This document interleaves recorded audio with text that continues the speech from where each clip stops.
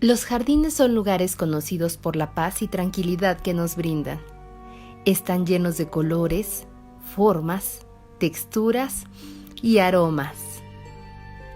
Además, atraen una gran cantidad de mariposas, aves y otros animales que podemos observar, conocer y disfrutar.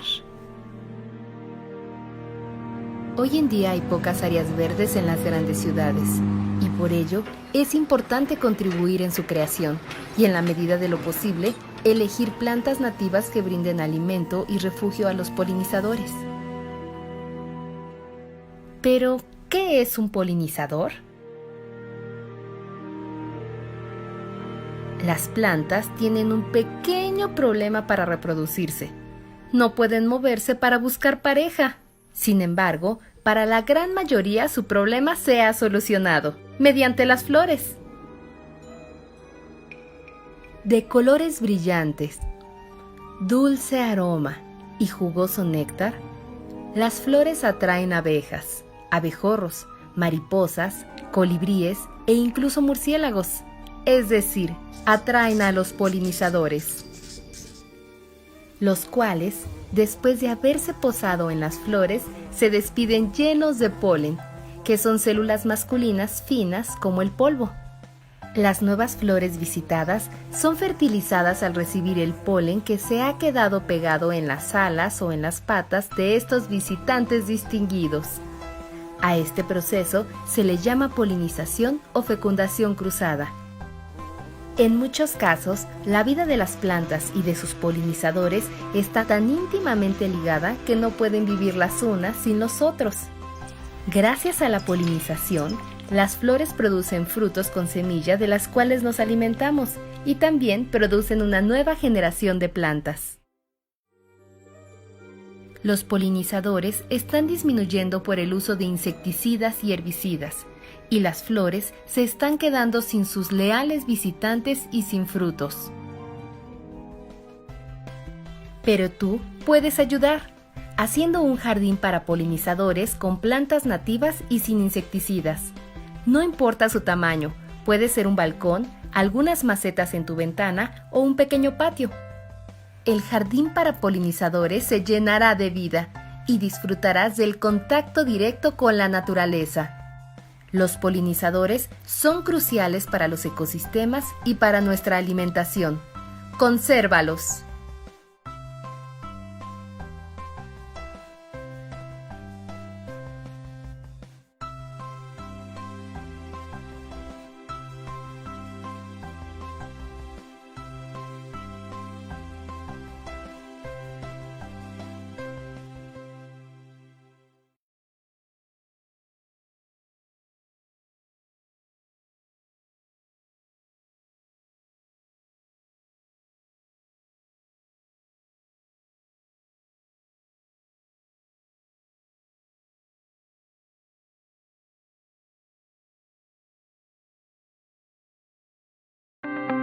La tecnología y las redes sociales han rebasado nuestras expectativas. Ahora nos ayudan a promover la educación, la cultura y la participación entre los ciudadanos. Naturalista es una red social en donde los participantes aprenden y contribuyen al conocimiento de la naturaleza de México y del mundo. Iniciada hace 6 años, la comunidad de naturalistas en México ha ido creciendo rápidamente, generando un gran acervo de observaciones de inmensa importancia, como el registro de observaciones de las especies en riesgo en México o especies exóticas introducidas de otros países y continentes. Está ayudando a la recopilación de información y monitoreo de fenómenos migratorios como el de la mariposa monarca. También se han registrado observaciones sobre especies de relevancia para la salud y plagas importantes de cultivos agrícolas y forestales. Y por si esto fuera poco, Naturalista ya empieza a contribuir en el descubrimiento de nuevas especies para la ciencia. Naturalista también es una gran herramienta para el conocimiento y manejo de áreas naturales protegidas y como complemento indispensable del ecoturismo. Desde su inicio, Naturalista ha colaborado con la Comisión Nacional de Áreas Naturales Protegidas para realizar inventarios fotográficos. También ha creado proyectos en muchos sitios arqueológicos y pueblos mágicos.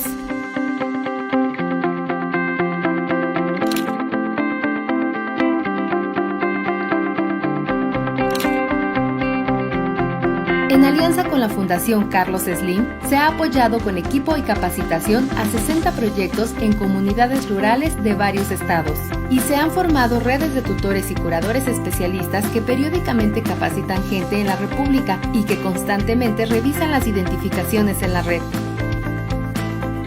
El apoyo de la Fundación Carlos Slim también fue fundamental en el desarrollo de la aplicación móvil.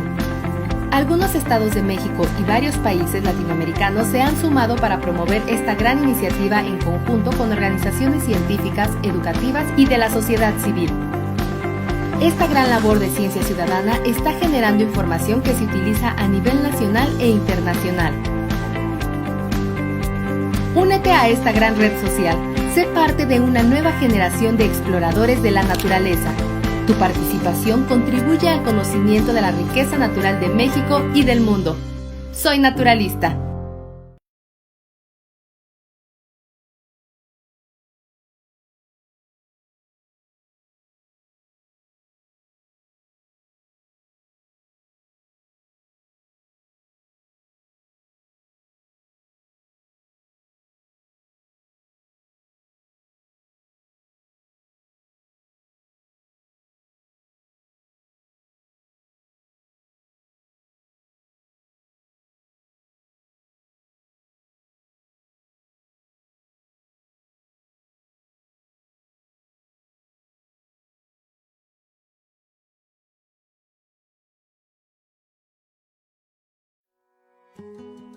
Todos podemos ayudar a proteger a la naturaleza de las amenazas de la invasión de especies exóticas, plagas y enfermedades que tienen impactos en la industria, la economía, la salud y en nuestro estilo de vida.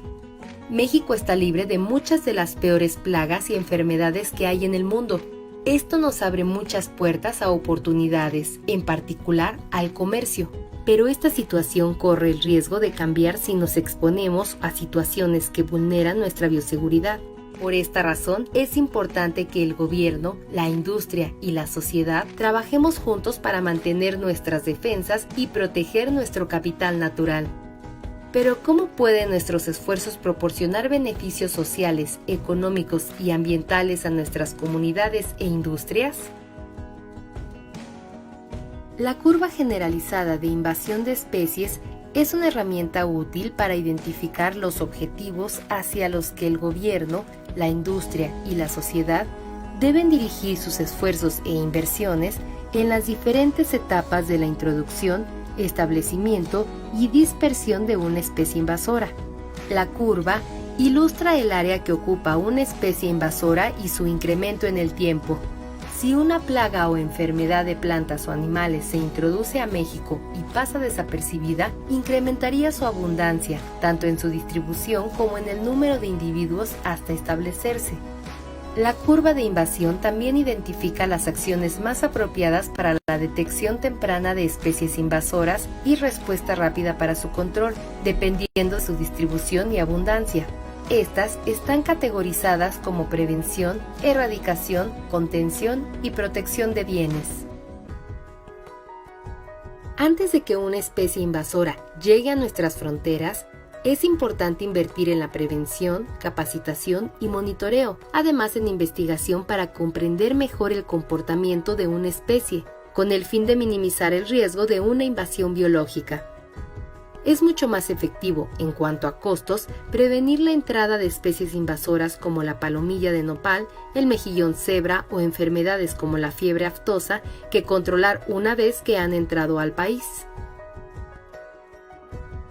Una vez que una especie invasora cruza nuestras fronteras y sabemos dónde está, nuestros esfuerzos estarán mejor enfocados en impedir que se disperse y, si es posible, erradicarla. La erradicación depende de que sepamos qué tan lejos se han dispersado los organismos invasores y de tener las herramientas adecuadas para eliminarlos por completo. Por ejemplo, en la erradicación de especies invasoras como la mosca del Mediterráneo o ratas en islas, las ganancias económicas eventualmente superan los costos y además los beneficios sociales y ambientales son considerables. La contención de las poblaciones invasoras se vuelve necesario cuando no es posible erradicarlas y sus números siguen incrementándose. la prioridad se centra en prevenir que se disperse aún más, como el caso del perico monje argentino. El rendimiento económico relacionado a la contención es generalmente más bajo, y haciendo un balance, los resultados ambientales o sociales pueden tener más peso al momento de tomar decisiones sobre cómo actuar. Una vez que una especie invasora se establece y se dispersa más allá de las líneas de contención, el enfoque cambia a proteger bienes clave, como terrenos de cultivo, industrias, zonas de recreación y ecosistemas naturales. En general, la tasa de retorno económico de esta inversión es baja. Sin embargo, esto puede ser difícil de medir. Por ejemplo, ¿cómo se pone un precio al valor de salvar una especie nativa? Los beneficios económicos, sociales y ambientales de protección al capital natural pueden tener un alcance muy amplio. El lirio acuático, los peces diablo o plecostomos y los pastos exóticos como el zacate bufel son buenos ejemplos de especies invasoras que se han dispersado y para las que la contención ya no es una opción. En estos casos, la comunidad y la industria son las que están en el lugar para actuar junto con gobiernos locales y de otros niveles para proteger bienes comunes y la biodiversidad del país. El monitoreo es una parte integral de cada etapa de la curva de invasión. Es esencial para prevenir una introducción y para confirmar la erradicación, además de tener un papel fundamental para el cuidado de bienes clave. Todos tenemos un papel que jugar en el monitoreo y la bioseguridad, observando cualquier irregularidad y reportándola cuando se detecta. La cooperación es la clave para la protección y respuesta exitosa de la bioseguridad. La curva generalizada de invasión proporciona una forma simple y efectiva para evaluar rápida y responsablemente la mejor estrategia para minimizar el impacto de las especies invasoras. Una vez que comprendemos claramente cómo funcionamos en conjunto con la curva de invasión, podemos fortalecer las defensas para mantener el patrimonio natural de México y las oportunidades y beneficios que éste nos proporciona.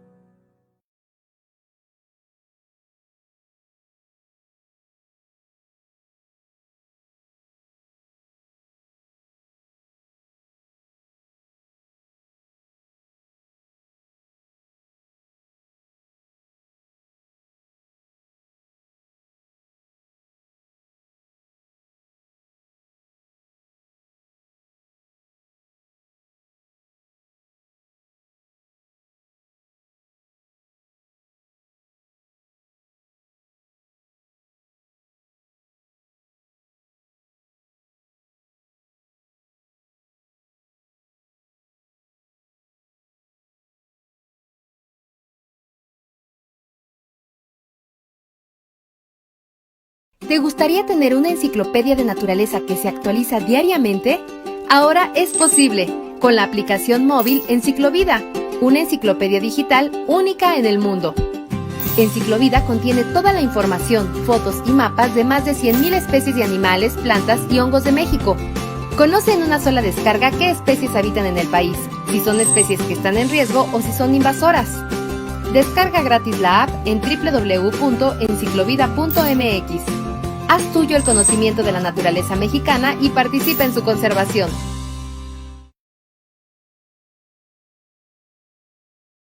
Gobierno de México.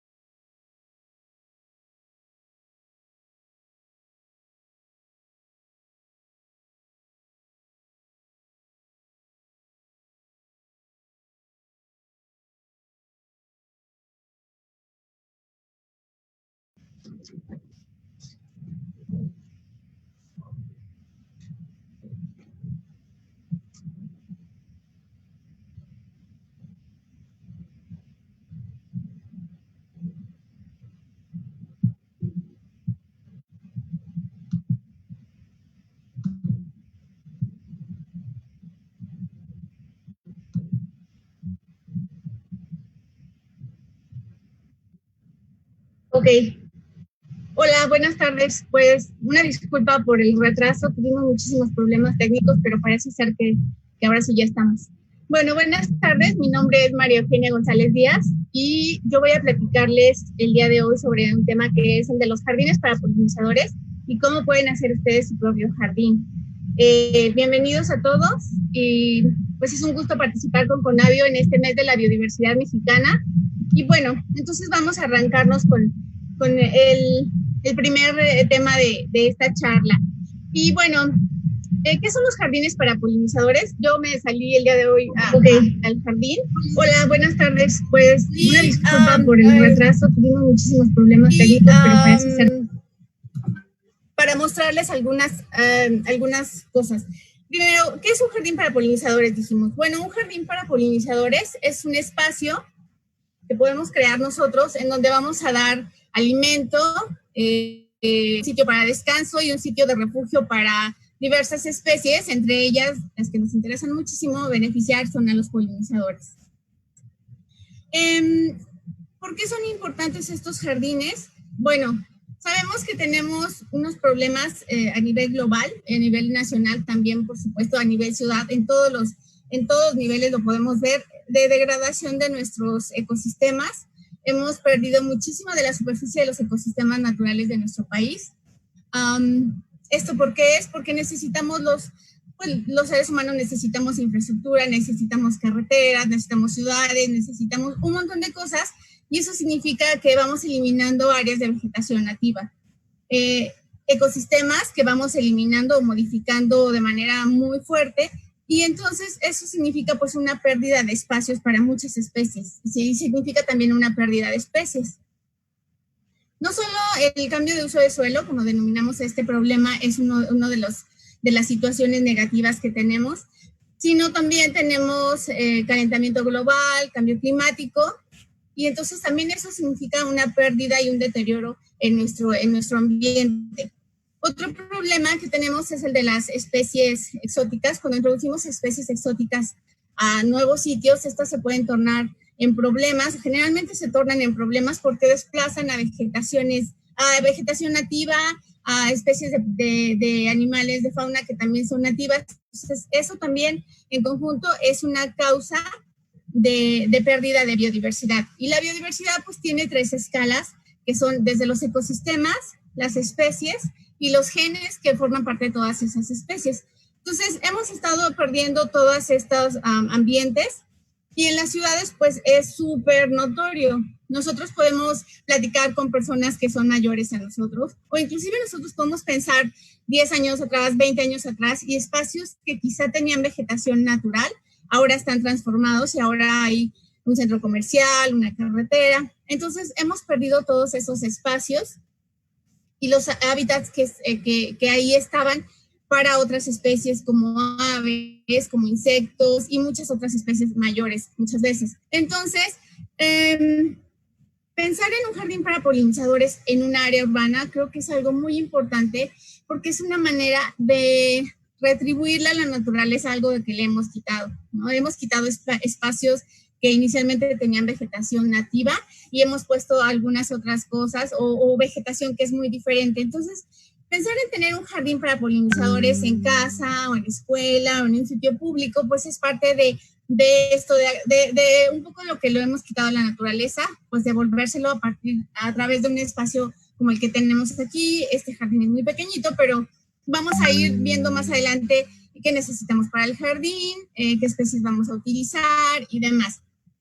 Pero otra cosa muy importante que quisiera que tuviéramos claro desde un inicio es qué sucede en los jardines para polinizadores. Bueno, ya dijimos que van a llegar especies a alimentarse y a refugiarse, a crear nidos, a tener madrigueras, etc. Y en este proceso en donde tenemos animales que están visitando nuestras plantas, se lleva a cabo algo que se llama polinización. ¿Y qué es esta palabra? ¿Qué significa la polinización? La polinización no es otra cosa más que la reproducción entre las plantas. Así como los animales nos reproducimos, también las plantas tienen un tipo de reproducción sexual y las plantas tienen una desventaja. Voy a ejemplificarlo con estos dos amigos que tengo aquí. Esta es nuestra planta macho y esta es nuestra planta hembra. Y a diferencia del mundo animal, que nosotros podemos desplazarnos, hay animales que vuelan, otros que reptan, otros que podemos caminar. Las plantas tienen el pequeño problema que no pueden acercarse como para hacer ese intercambio de células que es necesario para que se lleve a cabo la reproducción. Entonces, necesitan la ayuda de alguien más. Y quizá ustedes hayan escuchado esta frase que dice que el amor está en el aire. Pues es cierto. Y tenemos organismos como este es una abeja melipona nativa, que es la que se encarga, es la que hace como de cupido para que el polen de la planta macho pueda llegar a la planta hembra, fecundar el óvulo y que entonces tengamos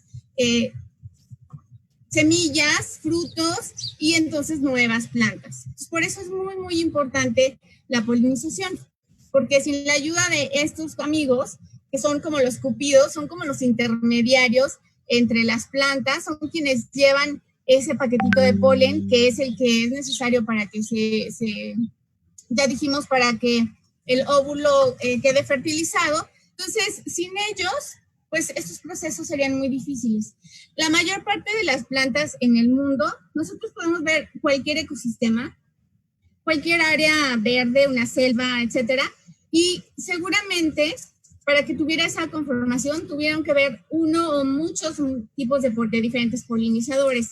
Entonces, la función que ellos realizan es irreemplazable, podríamos decirlo. Pero, ¿quiénes son esos polinizadores? Los conocemos, seguramente muchos de nosotros sí los conocemos, los hemos visto, hemos convivido con ellos. A veces hemos tenido encuentros positivos y algunos quizá no tanto. Uno de ellos dentro del grupo de las aves son los colibríes, perdonen, estoy un poco presionada por todos los retrasos que tuvimos. Este es un colibrí de utilería, claro, pero esta es una de las especies entre el grupo de las aves que son súper importantes polinizadores. Ellos son una especie también muy carismáticas, a la gente nos gusta mucho ver un colibrí, nos alegra bastante, y son de las especies que hacen esta función de polinización. ¿Qué otras especies tenemos? Bueno, tenemos dentro del grupo de los insectos que son los más fuertes en esta labor de polinización, tenemos las mariposas. Esta es una típica mariposa que nosotros podemos ver en todo el país. Hay diferentes variaciones de esta mariposa, pero también ellas, al ir alimentándose del néctar de las flores, pues van haciendo esta labor de polinización. Y están otras especies que de repente tienen se enfrentan algunos problemas porque a la gente no les gustan mucho, como las polillas, o mariposas nocturnas o mariposas diurnas, que de repente no gozan de muy buena fama, porque tenemos a veces información errónea o incorrecta sobre estas especies, pero en realidad son súper importantes, realizan la misma importante labor de polinización, solo que tienen un horario de trabajo diferente. Las mariposas diurnas tienen estos colores súper vistosos, porque trabajan durante el día. Estas necesitan camuflajearse un poquito más, porque su trabajo lo realizan en la tarde, en la noche. Entonces, si tuvieran estos colores tan vistosos, serían fácilmente depredables por organismos. Las verían muy fácilmente. Pero, sin embargo, si se ponen un trajecito como este, pasarían un poco más desapercibidas. Entonces, en la naturaleza nada es trivial. Todo sucede por una razón. Entonces, el hecho de que hayan adaptado su coloración y sus formas para las especies es por algo, es porque necesitan mimetizarse, necesitan protegerse de alguna manera y poder llevar a cabo sus ciclos de vida. Otra especie también hoy que es como controversial, porque hay muchas personas a las que nos encantan y a otras a las que no tanto, es dentro de los grupos de los mamíferos, los murciélagos. Y ahorita pues han estado muy, muy de moda los murciélagos, que sí son culpables de algo, ¿no? Las especies no son culpables de nada. Realmente el hombre hemos transformado y afectado tanto nuestros ecosistemas que interactuamos a veces con las especies de una manera tan incorrecta que pues a veces hay consecuencias negativas. Pero bueno, estos murciélagos también son súper importantes polinizadores. Algunos de ellos se alimentan de frutas, de insectos, pero hay algunos que se alimentan de néctar. Y quiero mostrarles una imagen que tengo aquí que me encanta. Esta imagen, eso amarillito que tiene, no es otra cosa que el polen del cual se embarró al ir a alimentarse de alguna planta. Entonces también estas especies son súper importantes. A quienes nos gusta alguna vez tomar tequila, un mezcal, que es una bebida mexicana y súper tradicional, súper apreciada, pues hay que dar gracias a ellos, hay que brindar por ellos, porque si no tuviéramos murciélagos, no tendríamos la variedad de agaves, de magueyes que tenemos, de donde obtenemos esos productos que nos encantan. ¿Qué otras especies tenemos que son polinizadores? Bueno, tenemos algunas. Esta, quiero mostrarles, parece, quizá, cuando lo muestro en talleres, muchos me dicen, es un colibrí. No es un colibrí, es una polilla colibrí. Es una polilla, pero desarrolló características morfológicas que se asemejan al del colibrí y entonces tienen una espiritrompa súper larga, como el pico de colibrí, y les permite extraer el néctar de diferentes tipos de flores. Entonces vean cómo los organismos se han adaptado para sobrevivir y nosotros pues nos podemos maravillar de las diferentes formas que tenemos de polinizadores. Esta es otra imagen de una mariposa posada en unas flores de árnica. Entonces tenemos en el país una diversidad enorme.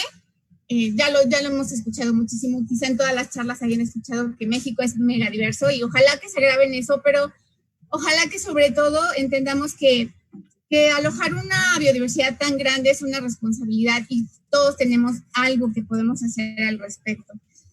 Y bueno, también hay especies como hormigas, escarabajos, que también llevan a cabo esta labor de polinización. Inclusive hay moscas, no todas las moscas que vemos son molestas, porque creemos que van a llegar a nuestro plato de comida. Hay muchas moscas que también realizan esta labor de polinización, también están en las flores, y entonces están haciendo este intercambio de néctar, de polen, y se ha documentado inclusive algunos reptiles que al estarse transportando, moviéndose entre las plantas, igual se embarran de polen de manera accidental y de esta manera pues lo van esparciendo y van polinizando otras plantas de las mismas especies.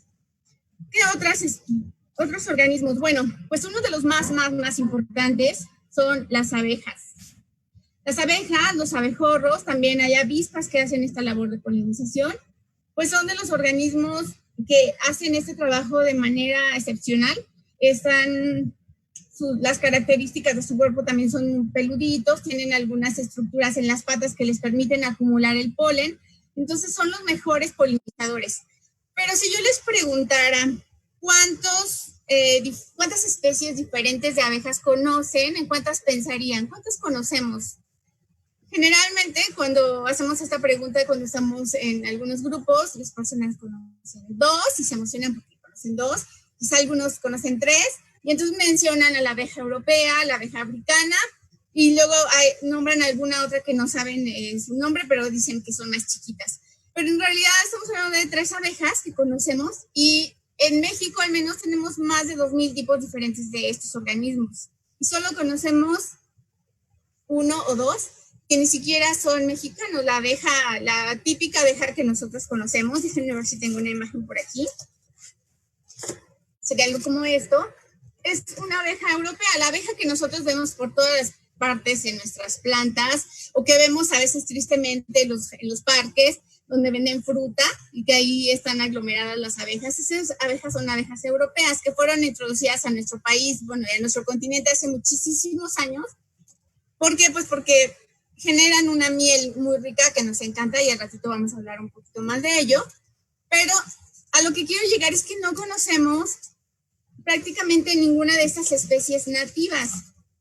Esta que yo les mostré en un inicio es una abeja nativa mexicana y es una abeja sin aguijón, así que si a veces tenemos ese prejuicio de que les tememos a las abejas porque nos pueden picar y porque es doloroso, etcétera, pues las abejas nativas y la mayoría de las abejas que tenemos no nos van a hacer ningún daño, pues ellas hacen su labor, ellas están tomando néctar de las flores y realmente no nos generan ningún problema, al contrario, nos generan muchísimas cosas positivas. Yo creo que muchas de las plantas que tengo aquí atrás no las tendría si no tuviera este tipo de visitantes. Bueno, esta abeja no es de esta zona, pero si no tuviera polinizadores que vienen a hacer esta labor de estar de una flor en otra llevando el polen. Y bueno, hay especies que son de repente súper raras. Esta es una mariposa que si uno la ve en el campo, uno pensaría que es unas hojitas de un árbol, pero son adecuaciones que ellas hacen igual para confundirse. Hay muchísimas polillas pequeñitas que podemos encontrarnos en casa, que son súper comunes, que a veces las vamos a encontrar refugiándose en una esquina. Hay que respetarlas porque ellas son las responsables de que nuestros jardines estén así. Si algunos de ustedes tienen plantas en casa, quizá no se han dado cuenta que cuando ustedes están durmiendo, cuando nosotros estamos durmiendo, ellas están haciendo este trabajo de polinización en algunas de nuestras plantas. Y eso pues es súper, súper valioso. Bueno, entonces ya espero que nos haya quedado claro hasta ahorita qué es la polinización, quiénes son los polinizadores, por qué nos interesa crear este tipo de espacios. Y ahora sí me gustaría, bueno, entrar un poquito más en qué necesitamos para hacer un jardín para polinizadores. Y es en realidad muy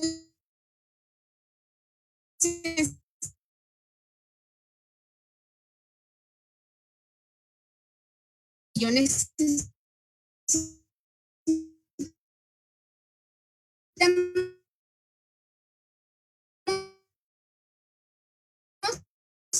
tierra y entonces tener un poco de dificultades. Entonces hay que buscar un espacio en casa o en un área pública donde tengamos suficiente sol y entonces ahí podemos elegir para hacer nuestro jardín.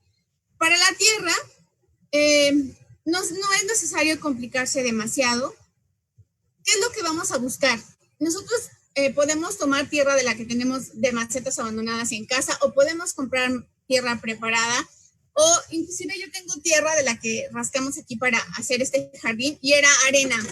No tenía muchos nutrientes, podría decir que no tiene muchos nutrientes, pero entonces lo que hice fue conservarla y he estado agregando materia orgánica de lo que sale de la cocina para mejorarla un poco. Este proceso lleva tiempo, pero ustedes son lo que tienen que como tener en consideración en cuanto a la tierra, que no sea una tierra tan arenosa que cuando ustedes la rieguen de inmediato el agua se va, y tampoco que sea una tierra que se compacte tanto que esté húmeda todo el tiempo. Tiene que tener cierta infiltración para que las raíces también no se pudran.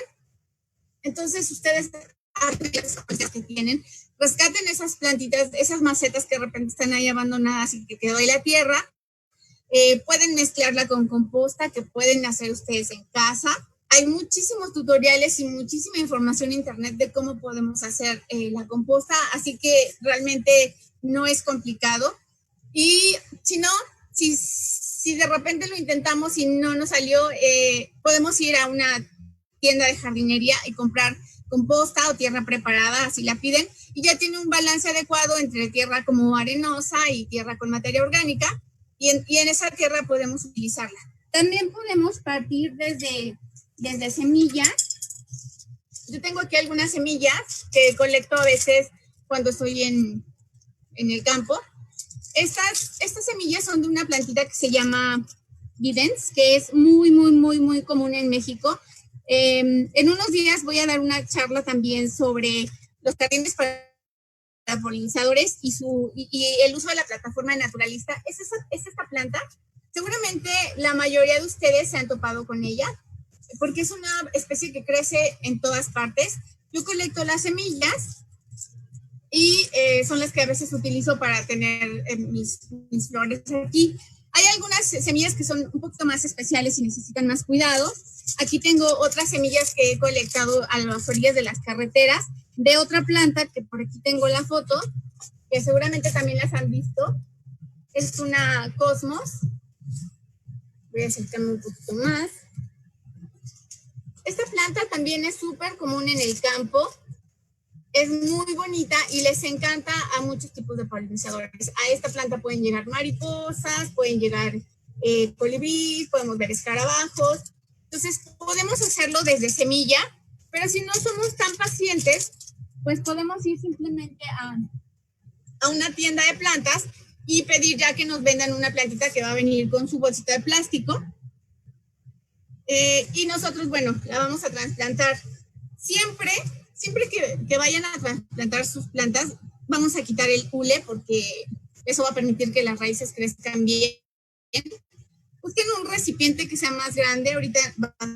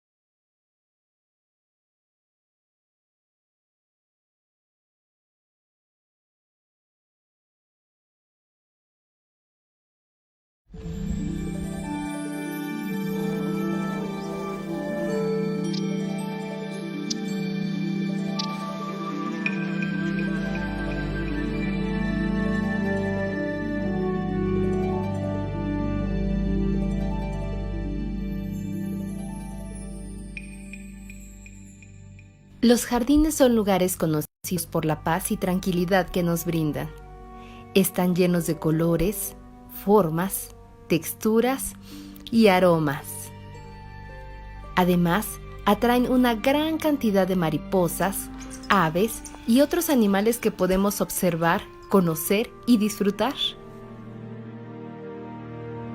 Hoy en día hay pocas áreas verdes en las grandes ciudades y por ello es importante contribuir en su creación y, en la medida de lo posible, elegir plantas nativas que brinden alimento y refugio a los polinizadores.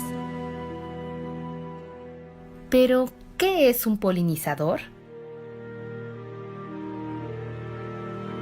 Las plantas tienen un pequeño problema para reproducirse. No pueden moverse para buscar pareja. Sin embargo, para la gran mayoría su problema se ha solucionado mediante las flores. De colores brillantes, dulce aroma y jugoso néctar, las flores atraen abejas, abejorros, mariposas, colibríes e incluso murciélagos, es decir, atraen a los polinizadores, los cuales, después de haberse posado en las flores, se despiden llenos de polen, que son células masculinas finas como el polvo. Las nuevas flores visitadas son fertilizadas al recibir el polen que se ha quedado pegado en las alas o en las patas de estos visitantes distinguidos. A este proceso se le llama polinización o fecundación cruzada. En muchos casos, la vida de las plantas y de sus polinizadores está tan íntimamente ligada que no pueden vivir las unas sin los otros. Gracias a la polinización, las flores producen frutos con semilla de las cuales nos alimentamos y también producen una nueva generación de plantas. Los polinizadores están disminuyendo por el uso de insecticidas y herbicidas, y las flores se están quedando sin sus leales visitantes y sin frutos. Pero tú puedes ayudar, haciendo un jardín para polinizadores con plantas nativas y sin insecticidas. No importa su tamaño, puede ser un balcón, algunas macetas en tu ventana o un pequeño patio. El jardín para polinizadores se llenará de vida y disfrutarás del contacto directo con la naturaleza.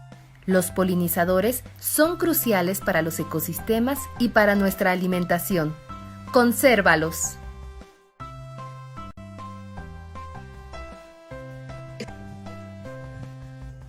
Déjenme que me conteste.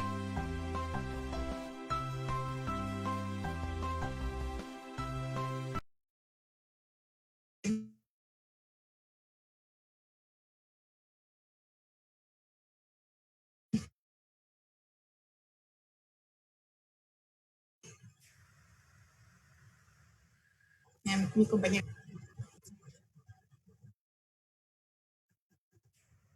¿Me escuchas bien? Hola. ¿Sí? ¿Ya?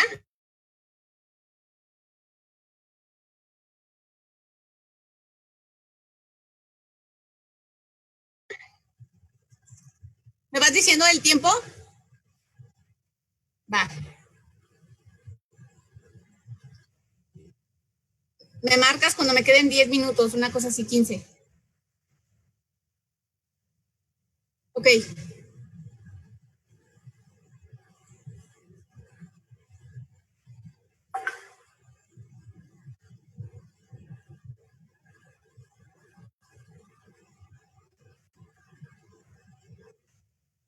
Okay.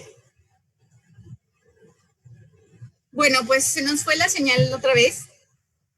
Esto va a ser como telenovela por capítulos. Bueno, en lo que me quedé era en que otra manera es que ustedes pueden colectar sus propias semillas. Y lo que les decía es que esperen a que las flores hagan, la naturaleza haga su trabajo.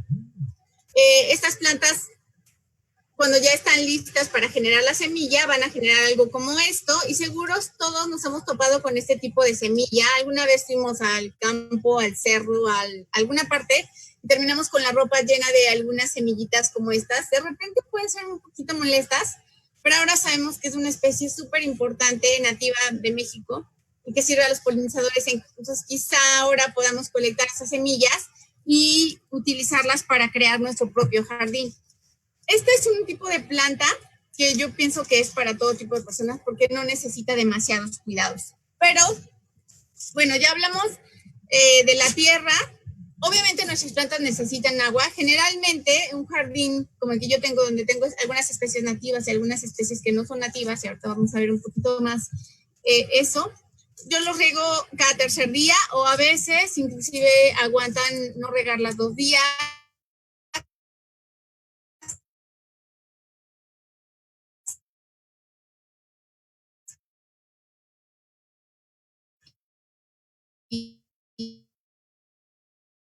Y después le puse un tapón al final, le hice por fuera perforación.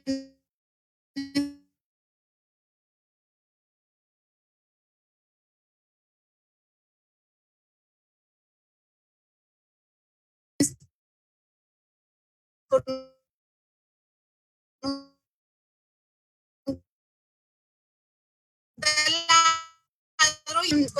otra de las cosas que quiero mencionar de una vez es, ¿por qué hablamos de repente tanto de las especies nativas y de las que son originarias de nuestro país y de ciertas regiones. Nuestro país tiene una buena parte de la superficie de zonas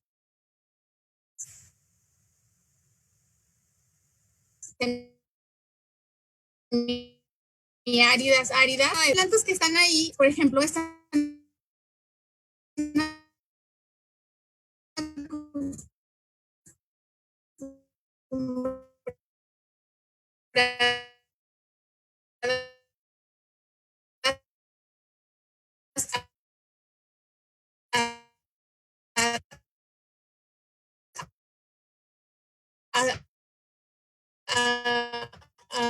precipitaciones, que es más, porque ellas son las plantas que están acostumbradas a las condiciones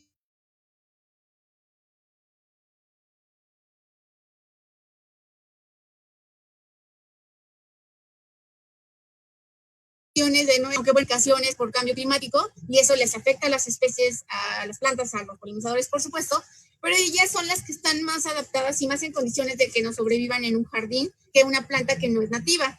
Pero bueno, ¿qué tipo de plantas podemos decir? De plantas que son nativas y que son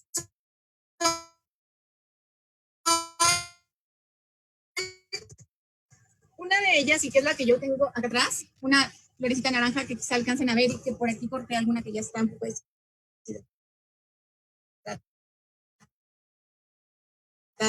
está muy común para todos ustedes, es una lantana. Aquí tengo la foto.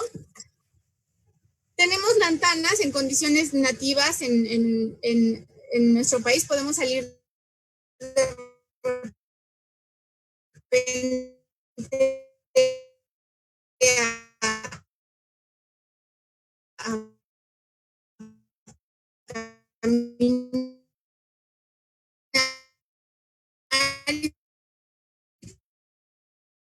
podemos encontrar eso, no, ya se murieron. Las sigo regando y vuelven a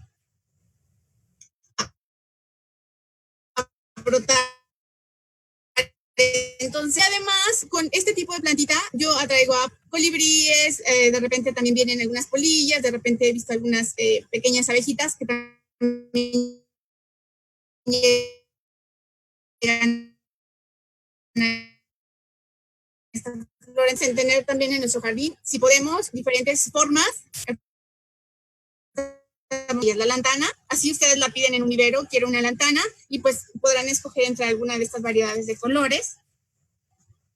Otra planta que también es súper común es esta zinnia. Esta planta es un poquito más delicada, pero es muy bonita. Obviamente, ahora es posible con la aplicación móvil Enciclovida, una enciclopedia digital única en el mundo.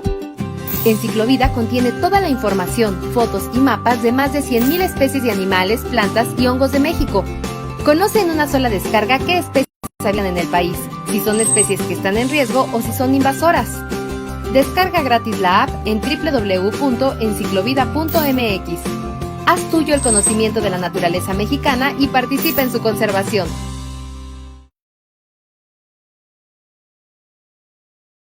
Gobierno de México.